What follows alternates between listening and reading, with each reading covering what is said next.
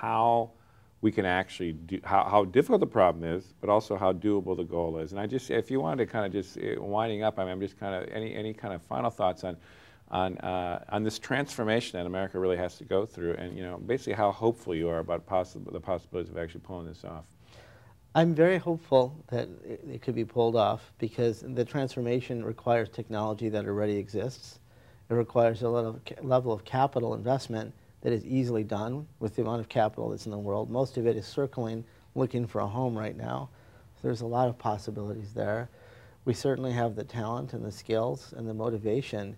The biggest thing that I'm worried about, though, is the mindset. When these types of challenges are undertaken, they take many years, more than an election cycle, whether it's a federal election cycle in any country, or a state election cycle, or a regional one, or for a city or a county. So there's a turnover of whoever might be at the helm trying to run the course of events in a way that is helpful. And we need stability in public policy that transcends those election cycles.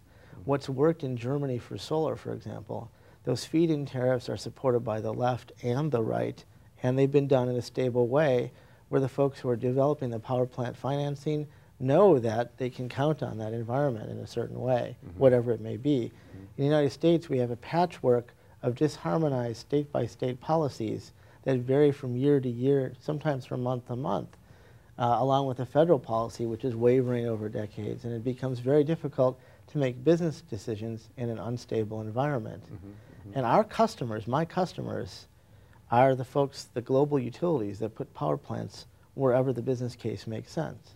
They don't care if it's in the United States or in Uganda or in Chile or in China. They just look at the business case and say, where is the next project going to be? If our public policy is so volatile that they can't make that choice, they'll never do it in the United States. That's something that's very doable because it requires only a change in behavior. If we had to have a technological breakthrough, I'd be much more concerned. But the technology is there, the capital is there. We need to transcend the election cycles to really allow stable public policy in this area, and that will be a huge help.